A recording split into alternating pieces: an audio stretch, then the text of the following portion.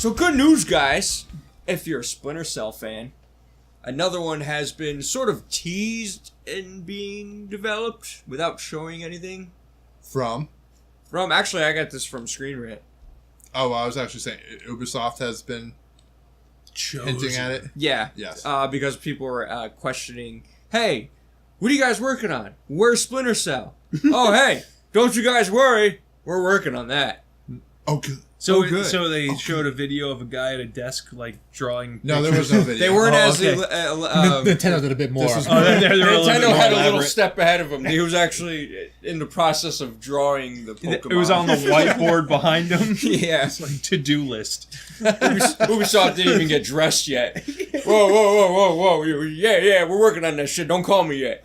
They caught him coming out of Starbucks, and they're just like, hey, Splinter Cell? Splinter Cell? He's like, yeah, there's vodka in this.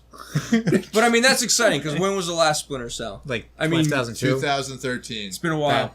What did you say? 2002? I remember Splinter Cell Blacklist because I remember getting it and playing it for a little while. Yeah. And kind of, it was more of one of those things where it's like, I was excited for the game. I heard really good things about the game. It scored really well. But I knew, like, the next-gen consoles were literally right around the corner. So this game literally came out right before Xbox One and PlayStation 4 were coming out. So I think it came out, like, August of that year, that holiday before the next-gen consoles came out. And they weren't doing an updated version or anything. Yeah, so it was just like, stuff. hey, here's something to play if you can't afford a new system yet. I feel like it was August. I've never played a Blacklist, but I've always been interested in it just because, like, the main bad guy is Georgia, my home country. My family's home country. Yeah. It's like, it takes place in like, Tbilisi and stuff like that, right? Blacklist? Sure. Oh, no, not Blacklist. Splinter Cell. Honestly, I only played the first one. couple missions. Yeah. Maybe it's the first one. It's like one of the Splinter Cell games takes place in Georgia. Oh, maybe. But I mean, that game franchise is a very beloved franchise. Yeah. Strong fan base. Strong fan base. Chris, tell us about your time with Splinter Cell. You remember the last game that you played? It was on a PlayStation 2. Oh. And you know what? I remember playing it and loving the stealth elements of the game. Mm-hmm. That was probably like one of the first games I actually played where stealth mattered, and like they're aware of you if you're not careful, and if you aren't stealthy, you pay for it. In other words, you lose a lot. Yeah. But yeah, my experience with Splinter Cell was just, it was so long ago, and it's a game. I guess thinking back now, I think that's a game that deserves a modern update. Like, it deserves a really nice introduction back into our, like, PlayStation 4 realm. Yep. I mean, like I said, there hasn't been a Splinter Cell game since 360 PS3, and that was at the end of it. Yeah, and I think it's due. There are a lot of games that are very similar to Splinter Cell. In fact, I would probably say like a lot of the games that are like Splinter Cell. The stealthy aspects of it. Yeah, you can Hitman, compare a lot of games like Hitman. Yeah. That was one of the things I was thinking about, or even the stealth elements in like Metal Gear Solid. Yeah. Well, I mean, Metal Gear kind of set up stealth to begin with, right? For the most part. Well, that's why. For me, I played a little bit of the first Splinter Cell that came out. My friend brought it over, and he was like, "Oh, hey, check out this game." But it took me a while to get into Metal Gear at first, because I was used to, just games that you're going and gun blazing and, you do all that stuff. Like, I think, I was playing a lot of Resident Evil at the time, and I didn't like creeping around stuff. But then I got into Metal Gear because you had that option of you don't always have to. Like, you can, do the close quarter combat. Or just dive bomb tackle everybody. Exactly. Metal Gear Solid 3. Yeah, that was funny. But quick side note. So John Yes. way back was like, Carmine, you gotta play Metal Gear Solid, or all the Metal Gear Solid series. So I played them all in this was when the chronological fourth order. one was announced. Yeah, when the fourth one was... No, I think it was after the fourth one, wasn't it? Or you just finished the fourth one? I think it was, and I was like, dude, you have to get into Yeah. this. It's so amazing. So I ended up playing all the Metal Gears, including the PSP versions. Yes. But I remember when we were playing Snake Eater, I think it came over and we were kind of messing around, and I can't remember what part it was, but we looked up some sort of guide on YouTube for it, and all of a sudden, all you see is this one YouTube video where he's literally just dive bombing, tackling everybody, just knocking everybody out, not being stealth at all, just doing like a speed run through this game. And John's jaw just dropped. because He was just like, what is this? well, yeah. And the one boss battle, I'm trying to show Carmine. I was like, yeah, you gotta sneak around, you gotta do this, you gotta be quiet, you gotta make sure you hide. Like, I'm playing the game, I'm hiding in the bushes, I'm changing the camo, I'm taking like 10 minutes here, 10 minutes there, trying to get here. And I'm trying to get Carmine's interest in the whole series. And then I get to a boss battle, I'm having issues with it. Trouble. I was like, oh yeah, so basically what you gotta do is you gotta trank them, and then you gotta wait, then trank them again, and it's like this long process, and I'm like, and you're like, no, there's gotta be a different way. I was like, go online, let's see if anyone else has a different way. And we're watching this guy.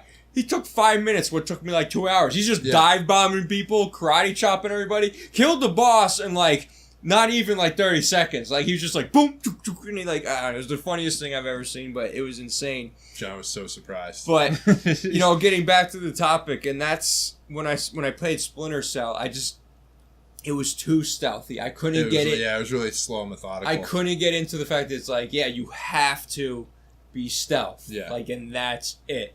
And at the time, my attention span, honestly, couldn't take it. Yeah. It was just, I wasn't patient enough for it. But, and honestly, I haven't played one since.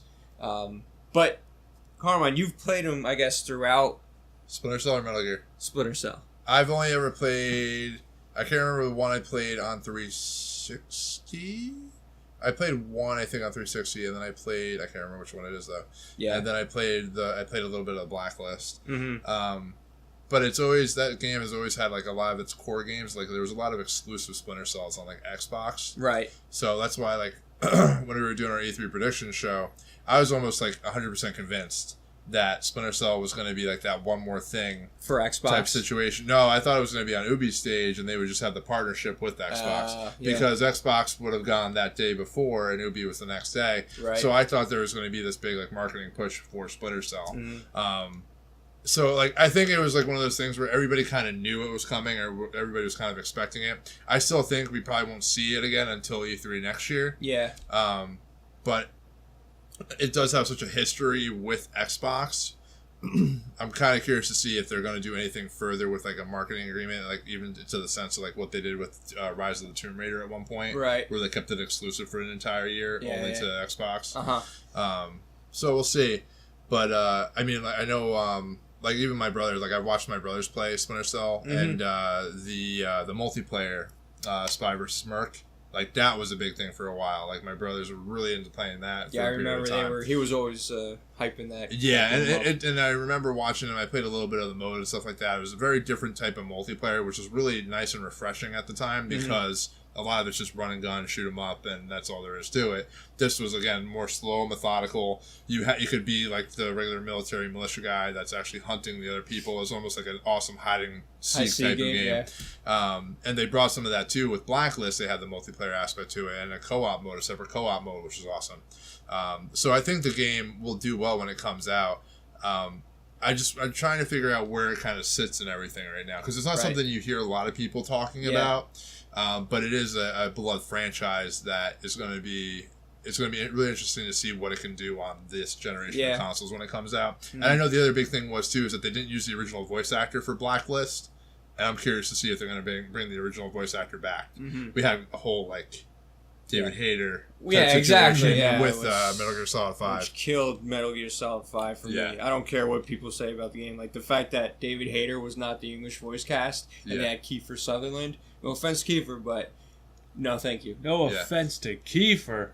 No thank you. And even with Splinter Cell, you're seeing like a lot of times with Splinter Cell, you're seeing what they're actually going to be bringing forward with like Ghost Recon, and like vice versa. Like Splinter Cell does something with like a drone, and then you see Ghost Recon do something with a drone. Now, do you think they're gonna modernize the gameplay? Because looking back at when I first played Splinter Cell, attention spans are worse than that now from when I was playing that game back in the day. And you said like even with like the attention span and stuff like that, and like the methodical nature of it. Like I mean, even thinking about that from when I played Blacklist, like I feel like that was probably one of the reasons why I kind of stepped away from it, because like a lot of times each level will have like a main objective, and you can kind of go about it whatever way you want, but you always have the side objectives. You have different there might be different objectives somewhere within the map that you might want to go to or may not want to go to until whatever the case may be. I think they're going to go more tactical. Well, I mean, it's already it's as tactical as you could possibly get. I mean, I think what I think is like a Rainbow Six kind of tactical. Maybe.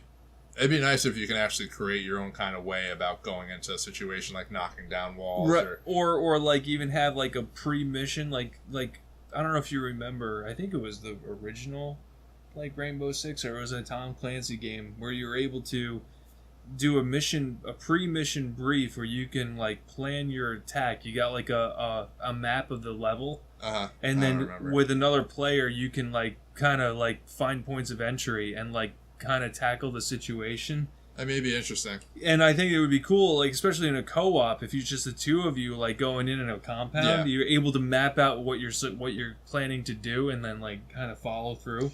I mean, they could definitely do something like that. I still feel like they would probably stick with the Sam Fisher like main campaign storyline, and you would be pretty much by yourself the entire campaign. I don't think that. I don't think when they bring back the game, I don't think it's going to change the formula too much, just because it does have a core group of followers. Yeah, then it stops being Splinter Cell. It becomes something else. Generic. They don't want it to become generic. It's its own special thing. What if they do it for co-op? They might. They could add co-op, but they have to compensate just like the, I guess, enemies and stuff. I don't know how that works, but they're not gonna. I don't think they're gonna speed it up too much or slow it down. Mm-hmm. So, what do you think? I mean, it's hard to think of what modernizes anything nowadays. Like, you just think of like something open world with different. Yeah, that would be open world. That's modernized, and Call of Duty open world. Yeah, you're probably not wrong with that. Like, you had some a more vast open area with Splinter Cell Blacklist, but it wasn't anything like what Metal Gear Solid 5 was, or Ghost Recon, Recon is now. So you might get that, but I feel like that's going to kind of take away from some of the charm of what Splinter Cell is. Yeah, because it's like. Because you're also moving very slowly in a lot of cases, so it'll take you all a year. A long time. An open world is, a lot of vents you have to create. It doesn't really make any sense. And air ducts. Doesn't make any sense. A very detailed building, like anything destructible, like kind of like what Battlefield did. Yeah. Like having the ability to manipulate your environment to kind of get to your objective. That would be cool. To cut you loose, basically, like, okay, here's your objective. You have unlimited ways to go about it. Right. Go have fun. Like, that's something that would be interesting. That's the same as what Hitman was. I mean, that could be the model that they kind of go by, too, is where if they decided to do episodic and release it periodically throughout the year. But it depends on how well the story's tied in. What's with episodic all of a sudden? I feel like that's just... Blame Telltale. It's like I'm not a fan of it. That's like I think it's just bullshit cop out is what that is. It gives them time to develop and get content out faster and whatnot. Make a real freaking game right away and then wait a year to do a sequel. Come on. Telltale. Yeah, damn it. But guys, what do you think? Are you guys excited for Splinter Cell to come back? I mean, even though it's it's just news of that. Hey, yeah, we're working on one. I mean, what's your favorite Splinter Cell game? What is your favorite Splinter Cell game? And, why do you think the series kind of faded out? Is it something because, where you had, like Assassin's Creed, where it just kind of went downhill and then uphill and downhill? You had, like, inconsistent games. And I think, just to really add on to that, I think that it was more of, like, the cycle. Like, they got Rainbow Six out one year. Mm-hmm. Or was it one or the other? Rainbow Six out one year, Tom Clancy. Then they got The Division out the next year, or vice versa. And now they got Ghost Recon out the year after that. So they I feel like it's just a cycle of them going through all the IPs of Tom Clancy. Kind of updating whatever they got. So, but yeah, guys, let us know down in the comments.